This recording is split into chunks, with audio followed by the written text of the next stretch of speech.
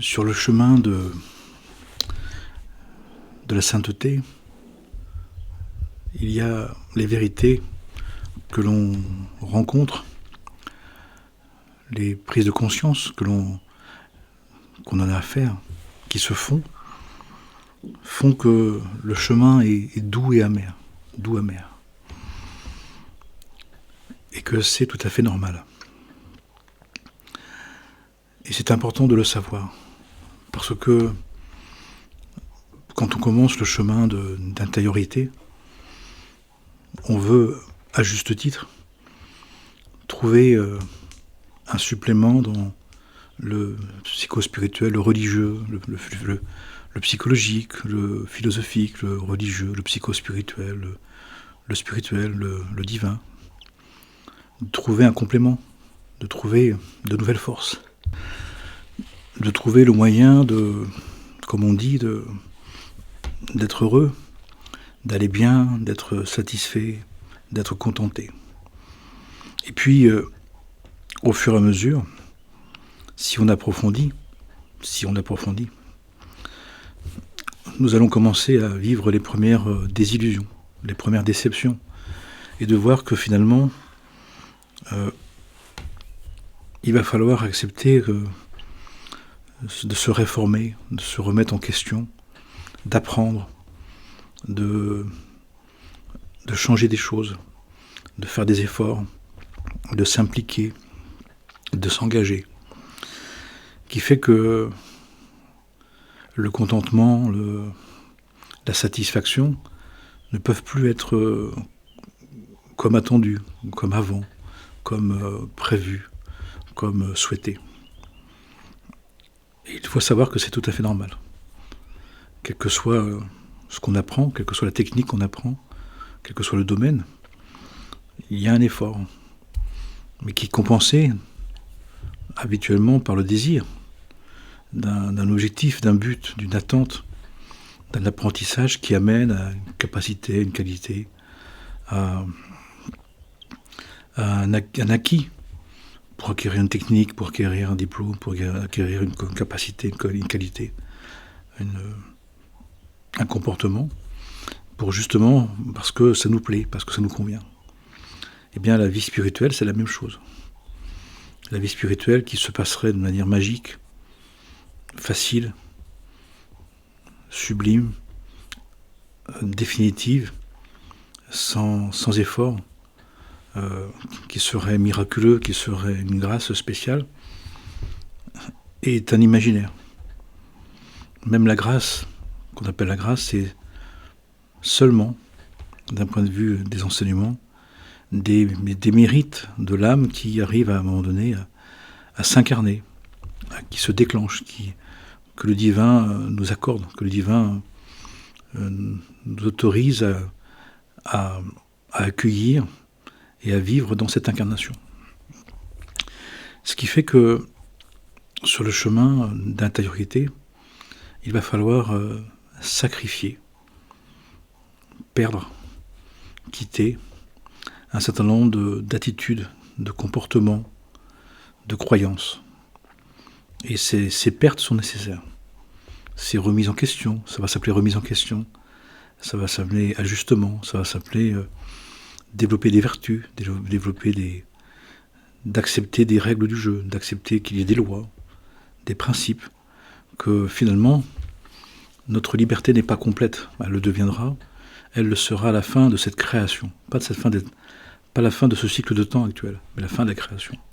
Actuellement, nous avons un libre arbitre limité, qui ne nous permet pas d'engendrer à partir de rien, d'engendrer à partir de nous-mêmes, sans considérer le contexte, sans considérer la création, sans considérer la volonté divine.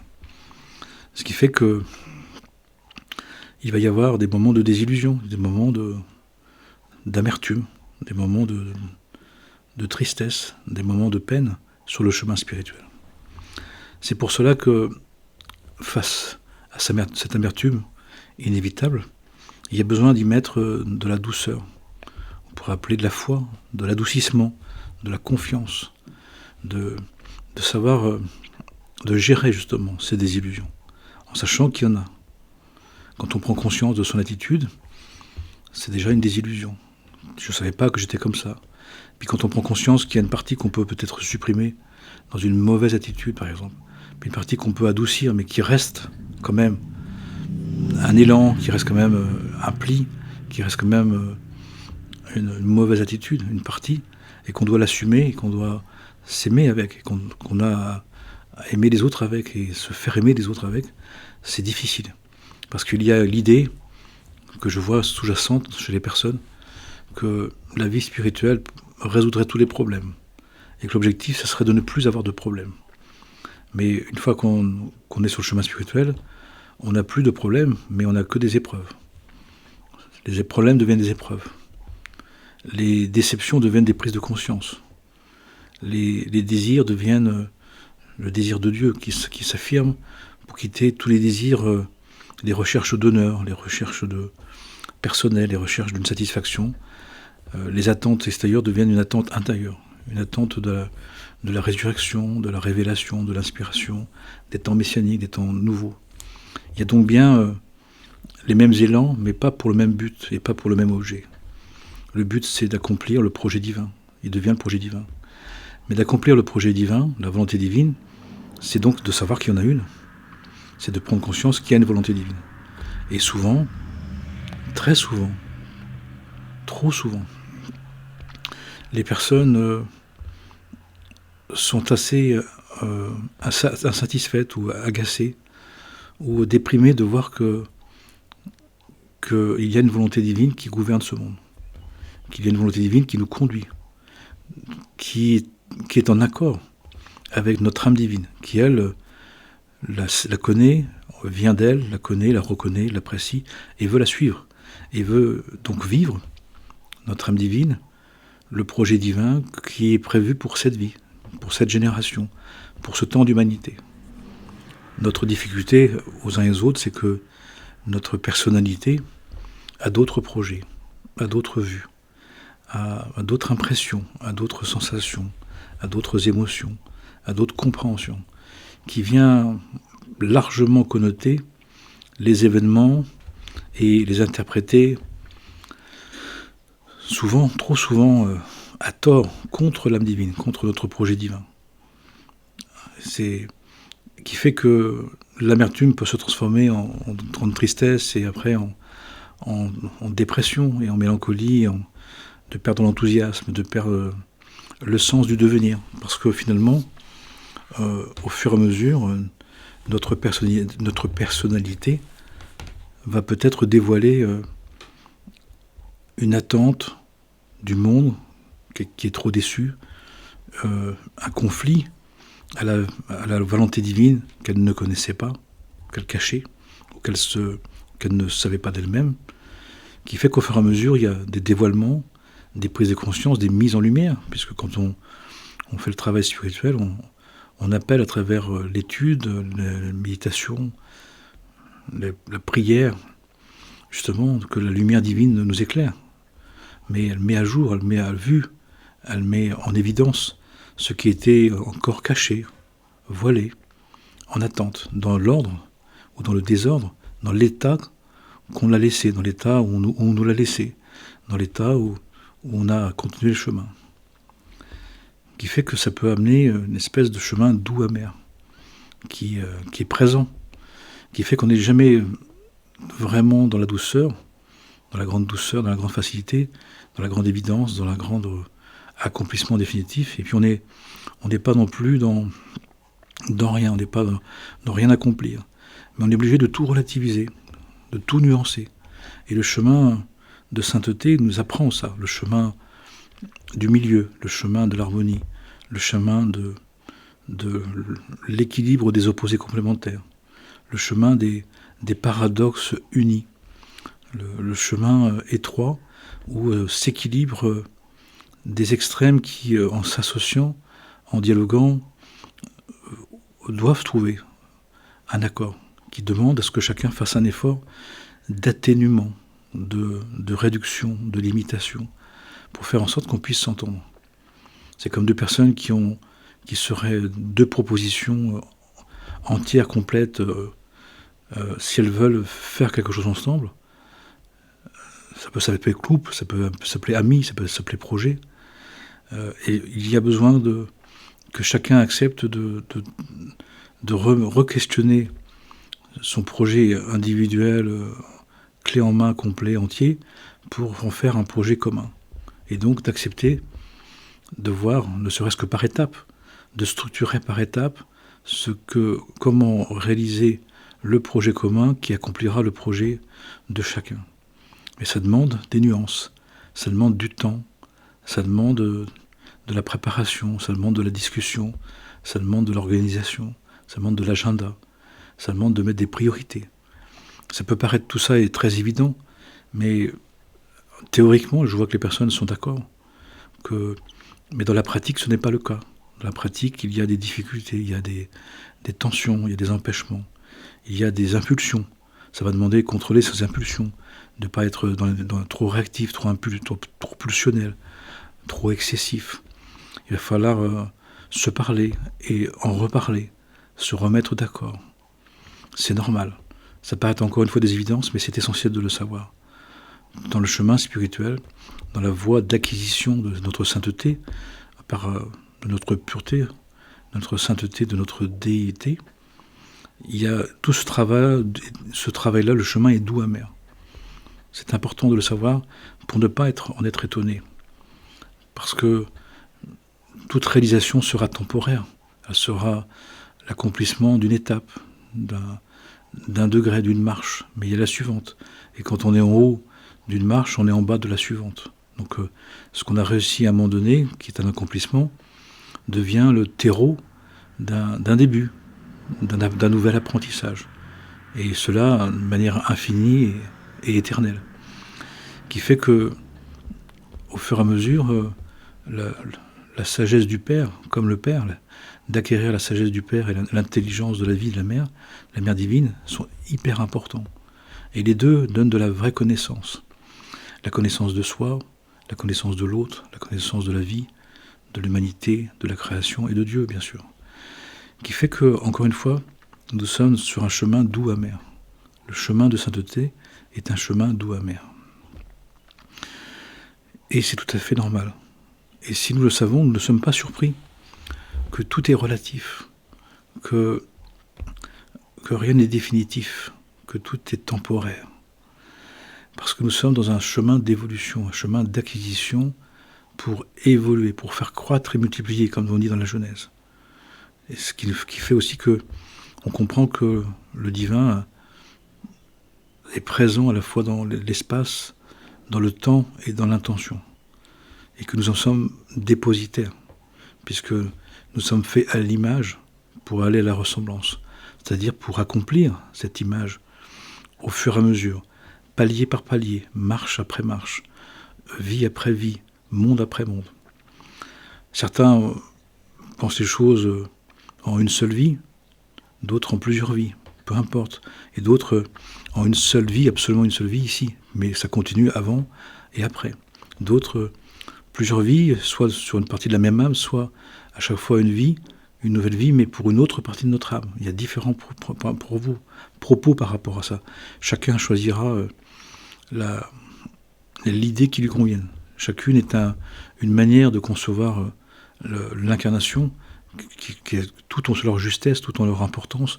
Tout est une manière est une face de la montagne, une façade, un chemin possible, et un cheminement possible. Donc chacun pourra choisir le sien, bien évidemment. Mais ça veut dire aussi que sur ce chemin, qui est un chemin donc de grandir en Dieu, de croître dans le divin, de s'accomplir dans le divin, nous allons passer par de plus en plus dans des situations où ça ne sera pas complètement d'un côté sans l'autre. Il y aura toujours deux aspects. Ça sera bien et pas complètement bien. Ça sera juste et pas complètement juste. Ça sera un accomplissement, mais il manquera quelque chose. Et c'est tout à fait normal, puisque nous sommes toujours dans un devenir. À chaque fois que nous accomplissons un degré de conscience, il y a une nouvelle étape qui s'ouvre. À chaque passage de porte, chaque montée d'escalier, à chaque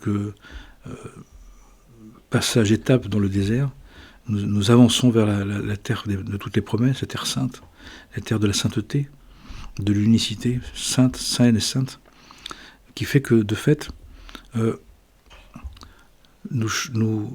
l'acquisition que nous avons fait, la réalisation est temporaire.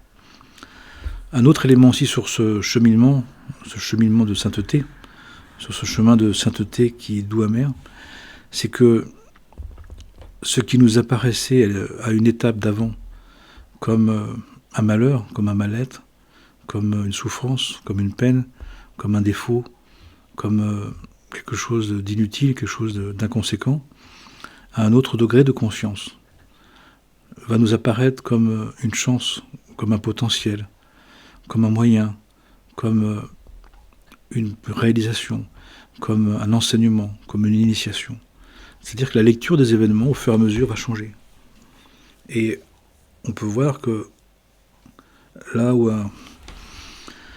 quelqu'un considère telle ou telle chose comme fausse, comme inutile, comme absurde, comme qui ne valent rien, un maître peut, lui, en voir à chaque fois une histoire, une aventure, un cheminement, une prise de conscience possible, un travail de perfectionnement disponible. Et c'est une grande leçon. Quand on approche des maîtres, quand on suit son maître, on voit qu'il est capable de ressortir de tout événement, de toute situation, quelque chose pour se connaître mieux, pour se perfectionner, pour s'accomplir, pour remercier, pour rendre grâce. Qui fait que, le sachant, nous pouvons, dès le départ, dès qu'on commence, et tant qu'on poursuit, de développer une manière d'interpréter les événements en étant beaucoup plus raisonnable, en étant moins ferme, moins catégorique. Et plus on va vers l'intériorité, plus on développe ce chemin d'intériorité, ce chemin de royal vers le cœur temple, dans le royaume de l'être, en parcourant le royaume de l'être, plus les choses sont relatives. On est de moins en moins catégorique. On comprend que l'universel désir de Dieu se trouve en toute chose. Et que finalement,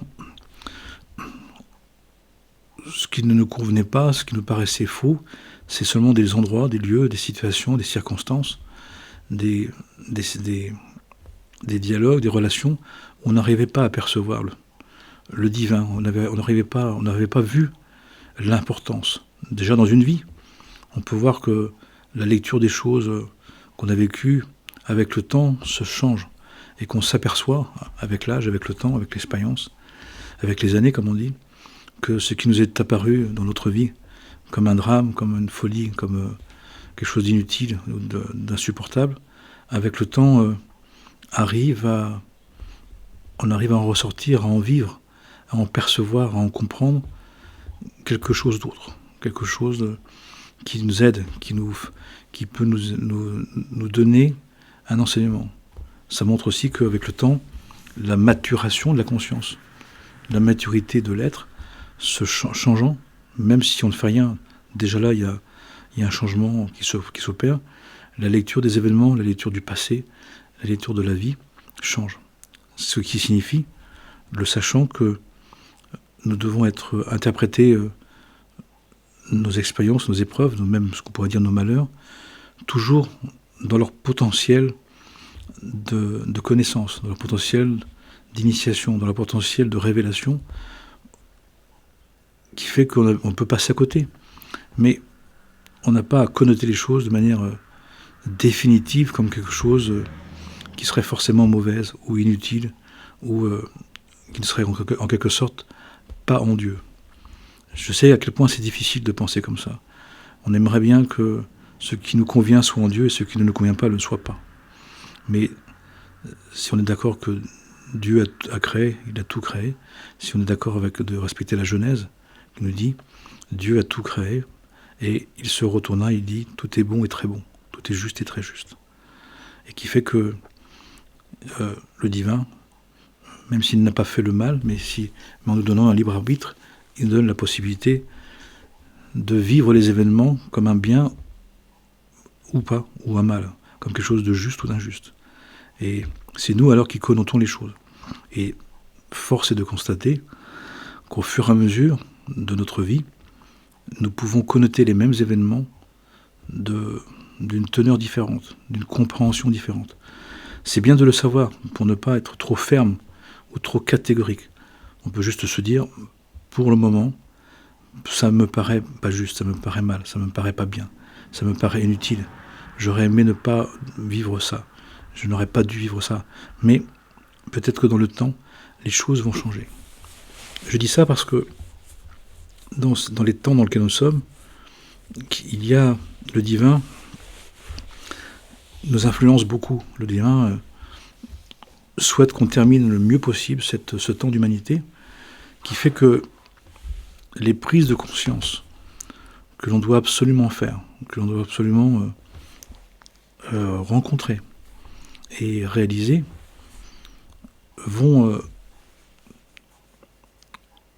qui sont obligatoires à accueillir, qui ne peuvent pas être de nouveau reportés, nous allons y être confrontés, alors, nous dit-on, d'une manière ou d'une autre. Il y a comme un impératif de prise de conscience sur un certain nombre de sujets ou de choses, d'attitudes ou de manières qu'on ne pourrait plus reporter, qui fait que les événements viennent fortement insister sur un certain nombre de choses qui nous arrivent. Et nous pouvons donc comprendre mieux, peut-être comprendre mieux, je le souhaite en tout cas, c'est pourquoi des événements nous collent, c'est pour ça que les événements nous reviennent, s'ajoutent, s'amoncellent, se cumulent, pour nous montrer des biais de personnalité, des plis de l'être, des comportements qui vont besoin d'être pris en compte, d'être ajustés, d'être changés, d'être modifiés, d'être arrêtés, d'être étayés, ciselés, d'être purifiés, qui est le travail spirituel. Nous sommes là pour ça, pour percevoir ce qui en nous a une imperfection, un manquement, une difficulté, un défaut, et de le corriger. Et là, ce qui se passe, c'est que on nous dit, dans les enseignements traditionnels, que ce temps d'humanité, il y aurait un certain nombre de manquements, de difficultés, d'erreurs, de défauts, de plis de l'être, de plis, de défauts de l'âme, de manquements de la personnalité, dont nous devons prendre conscience de manière impérative, de manière nécessaire, pour justement arriver dans les temps nouveaux qui arrivent, les temps tout nouveaux qui n'ont jamais existé, je le rappelle, justement au moins conscient de ces défauts. Pas forcément, ça ne veut pas dire forcément de s'en être défait, parce qu'il est dit aussi que nous pouvons très bien prendre conscience d'un certain nombre de défauts actuellement, mais sans pouvoir actuellement s'en défaire. Ça appartiendrait au temps messianique. Donc à la fois, il y aurait la nécessité de prendre conscience d'un certain nombre de comportements qui ne sont plus justes, qui ne sont plus adaptés, qui sont devenus obsolètes, et en même temps, l'incapacité pour l'instant de les traiter, de les changer, de les supprimer ou de les adoucir, mais plutôt de les accueillir comme ils sont. Et je constate effectivement que c'est ce qui se produit dans les vies des êtres, chez les personnes. Quelque chose de redondant, quelque chose de lancinant, de redondant qui apparaît et qui s'impose, et qui demande toute notre attention. Souvent, très souvent, ce sont des aspects de nous qu'on avait mis de côté, qu'on avait négligés ou oubliés, ou même qu'on ne connaissait pas, et que souvent qu'on avait dénoncé très fort vers l'extérieur, et qui nous reviennent. Comme quoi aussi, cette vérité spirituelle qui dit que ce qu'on dénonce à l'extérieur de chez l'autre nous énonce, est très très vrai et très juste, mais là, sur des aspects, ça devient vraiment impératif, ça devient direct, et ça devient, c'est non négociable, ça s'impose à nous. Et si on ne le comprend pas, dans une situation, dans une circonstance, ça vient s'exprimer dans d'autres situations, dans d'autres circonstances, dans d'autres relations. Et si on réfute, si on refuse trop, si on repousse trop, il y a un coût matériel, financier, de perte matérielle, financière, affective et même physique. Parce qu'il y a un impératif de voir un biais de l'âme, de voir vraiment ce qui en nous n'est plus du tout en ordre et qui a besoin d'être mis en ordre. Mais comme c'était voilé, caché, parfois ça peut être des attitudes qu'on a de l'âme depuis longtemps, des attitudes aussi d'héréditaire qu'on est venu assumer et qui ont marché, qui ne paraissaient pas ou qui n'ennuyaient pas. Et là, on a l'obligation, en quelque sorte, de s'apercevoir de fonctionnements, de manières de dire, de manières de faire, de manières d'être, qui ne vont plus. Ni pour nous, ni pour les autres, ni pour les temps actuels. Parce que cette attitude n'est plus adaptée au temps qui arrive. Et on en est tous un peu là. Ce qui fait que si on veut une vie spirituelle facile, confortable, confortante, rassurante, parce qu'on ne l'a pas vue dans le monde, on veut la voir auprès de Dieu, mais sans porter la croix, sans l'épreuve, sans savoir que ça va être éprouvant, cette mise en évidence, si on ne comprend plus, ou si on ne sait plus qu'en demandant que d'appeler le divin, c'est comme demander dans une pièce qui est sombre, obscure, ténébreuse, de mettre de la lumière, mais une fois qu'on a mis la lumière, ça révèle ce qui est dans cette pièce, dans un espace de la conscience, qui est dans l'ordre dans lequel on l'a laissé parfois depuis longtemps, parfois depuis très longtemps. Et cette prise de conscience de ce désordre intérieur est déjà très dure, est déjà très éprouvante, très confrontante. Et en plus, on nous dit qu'on n'a pas forcément les moyens, justement, de la remettre en ordre par nous-mêmes. Que cette mise en ordre va se faire par l'énergie, l'ambiance, la venue messianique, l'Esprit Saint, l'Esprit de vérité, l'Esprit de vie, qui est en train de venir vers nous, et qui fait que le monde est déstabilisé, que le monde est bouleversé, que le monde est interpellé dans ses profondeurs, dans ses fondements. Voilà, en tout cas, pour vous dire, sachant que le chemin spirituel, le chemin de la voie de sainteté, est doux, amer, et qu'il y a une confrontation à notre véritable nature, avec nos qualités, nos défauts, qui est inévitable. Si nous le savons, nous allons comprendre que nous ne pouvons pas demander, nous n'allons pas plus confondre la paix et la tranquillité. J'ai fait une vidéo par rapport à ça, pour dire qu'il y aura épreuve, et sans épreuve, il n'y a pas d'avancement. Et la mise en évidence, la mise en lumière grâce à la demande de prier Dieu de venir dans notre vie, de nous envoyer son Esprit Saint, de nous christifier pour un chrétien, c'est d'appeler l'esprit de vérité, l'esprit de vie, l'esprit divin, met en lumière. Donc va mettre à jour un certain nombre de choses qui sont nécessaires de prendre en compte. Si nous le savons, nous comprendrons que c'est doux amer. C'est à la fois agréable de s'apercevoir de nos difficultés, de nos manquements, de nos défauts, et en même temps il y a une amertume, parce que on peut jouer de la déception, des désillusions, on peut jouer notre valeur. Beaucoup de personnes font l'erreur, la grande erreur, la grosse erreur, la grave erreur, de jouer leur valeur en s'apercevant de ce qu'elles sont. Elles veulent à la fois se connaître, se définir, se diviniser, mais en étant mal à l'aise avec le fait de s'accepter comme elles sont, comme si se diviniser voudrait dire qu'on est déjà parfait. Mais si on est déjà parfait, il n'y a pas de raison d'être sur cette terre, puisqu'on est venu se perfectionner. Donc c'est inévitable, autre vérité spirituelle, que nous ne sommes pas imparfaits. Et il n'y a que Dieu qui est parfait, et même plus que parfait. Nous travaillons ici nos imperfections. Nous sommes venus justement nous perfectionner, nous améliorer, nous rubifier, nous déifier. Donc il n'y a pas d'étonnement à avoir à ce qu'on découvre que nous ne sommes pas encore ce que nous prétendons être, et nous avons bien le droit de prétendre, ce que nous désirons être. Et l'incarnation, c'est de montrer où nous en sommes vraiment à l'étape de royauté que nous portons, puisque nous sommes tous porteurs d'une forme de la royauté divine, d'une manière unique d'être divin. Donc nous n'avons pas à jouer de notre valeur sur la vie spirituelle, sinon on ne peut pas se percevoir tel qu'on se rencontre, tel qu'on se découvre, et souvent on est très étonné, et justement de faire avec et de servir le divin en se présentant devant lui aussi, avec les qualités et les défauts, avec les vertus et les vices. Parce que justement, les vertus, c'est des vices qu'on a réussi à transformer, à en découvrir, en révéler justement des qualités d'être, mais il y a d'autres qualités d'être à révéler. Et cela jusqu'à la fin de cette création, pour être complètement des êtres accomplis à la fin de cette création, qui va demander encore des milliers d'années et des milliers de générations et des milliers d'incarnations, à n'en pas douter. Donc ça veut dire aussi que nous avons à être intenses, déterminés dans l'intention, en sachant qu'il nous faudra du temps, qu'il faudra que la création divine est créée par des temps, par des séquences, par des étapes. Et on ne peut pas dépasser les étapes.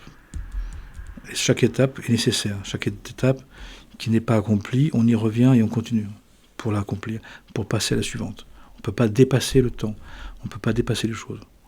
Certains qui le font se retrouvent très mal, se retrouvent à la fois soit dans un abîme, soit dans un enfermement, soit dans une grave dépression, dans un grand mal-être, parce qu'ils ont voulu dépasser le temps, et c'est impossible, puisque ce n'est pas autorisé par le divin. Donc ces catapultes parfois qu'on peut faire religieuses ou psychospirituelles, ces expériences, elles ont le rôle de nous encourager, mais pour mieux nous permettre d'accepter le temps long, se diviniser, se rubifier selon la volonté divine dans sa création, selon ses principes, ses lois. Donc il n'y a pas un iota qui change, mais tout est à vivre, à accepter et à accomplir, va demander beaucoup de temps. Donc nous pouvons nous attacher, nous attarder au travail spirituel possible, disponible, raisonnable, et accessible là où nous sommes, tel que nous sommes et tel que nous nous découvrons, sachant que quand même, avec l'âge, avec le temps, on découvre que on peut avoir une intention sublime, un engagement total, un désir absolu, mais que dans l'application, il y a des limitations. Dans l'incarnation, à travers notre personnalité, il va y avoir de plus en plus quelque chose de limité, quelque chose de sélectif, mais qui nous donne la possibilité aussi de voir pour cette vie, dans cette vie, pour ce temps d'humanité, dans cette création, dans cette incarnation, le sujet principal ou les quelques sujets principaux que nous avons à accomplir. Quelle est la vertu principale, quelle est la qualité principale, quel est le défaut aussi principal à nous défaire. Et ce travail-là est un travail magnifique, un travail sublime, un travail suffisant. Mais ça veut donc dire aussi qu'on n'accomplira pas tout dans cette vie, que dans cette vie. Il faut que chaque étape compte, chaque étape ne peut pas être dépassée avant l'autre, et qu'à chaque étape, il y a, au fur et à mesure, à mieux percevoir ce qui est redondant, ce qui est vraiment nécessaire, ce qui est vraiment nécessaire d'accomplir, de changer, de modifier, de tenir compte. Sachant qu'il y a des parties qu'on peut supprimer, certaines qu'on peut adoucir et d'autres qu'on doit accepter en l'état. Nous pouvons parfaitement faire donc la part qui est attitrée à cette existence-là, à ce temps d'humanité, et pas plus, mais pas moins non plus. Donc nous pouvons nous y mettre vraiment. Donc avec beaucoup d'intensité, et maintenant avec beaucoup à relativiser, puisque accomplir parfaitement la part dans cette vie n'est pas accomplir parfaitement tout notre être, tout le projet de notre âme. Parce que ça appartient aussi à chaque temps d'humanité, et donc il y a des temps d'humanité qui vont à venir, donc un tout nouveau qui arrive, qui va nous ouvrir à d'autres dimensions de l'être, à potentiel à développer et à accomplir, et à acquérir, et à acquérir et à accomplir. Amen et Amana, que la paix soit sur nous, en nous et tout autour de nous. Très très bonne semaine spirituelle, donc nous sommes entre l'Ascension et la Pentecôte, entre la Pécha et la Shavuot, et dans ces jours où nous devons nous défaire de nos amertumes, de trop grandes attentes, des attentes délirantes, des attentes excessives, des attentes qui nous mettent à mal. Ayons la sagesse et l'humilité, la modestie, l'intelligence, le discernement, de nous occuper de ce qui est possible, de prendre soin de ce qui est possible, d'améliorer ce qui est possible, pour ne pas nous mettre dans une demande qui va nous affliger, dans une intention excessive, dans un délire de grandeur, dans un délire d'ego spirituel qui ne peut que nous mettre à mal. On n'en a pas besoin, c'est pas nécessaire. Surtout qu'on est de plus en plus fragile, de plus en plus limité, de plus en plus... tout ça c'est fait pour qu'on se concentre sur ce qui vraiment, pour chacun et chacune, est le travail spirituel, redondant, quotidien, journalier, à faire et à réaliser. Amen et Amana. Shalom, salam, la paix profonde, juste et bonne dans le cœur de chacun et entre chacun et chacune pour le bien de tous les êtres.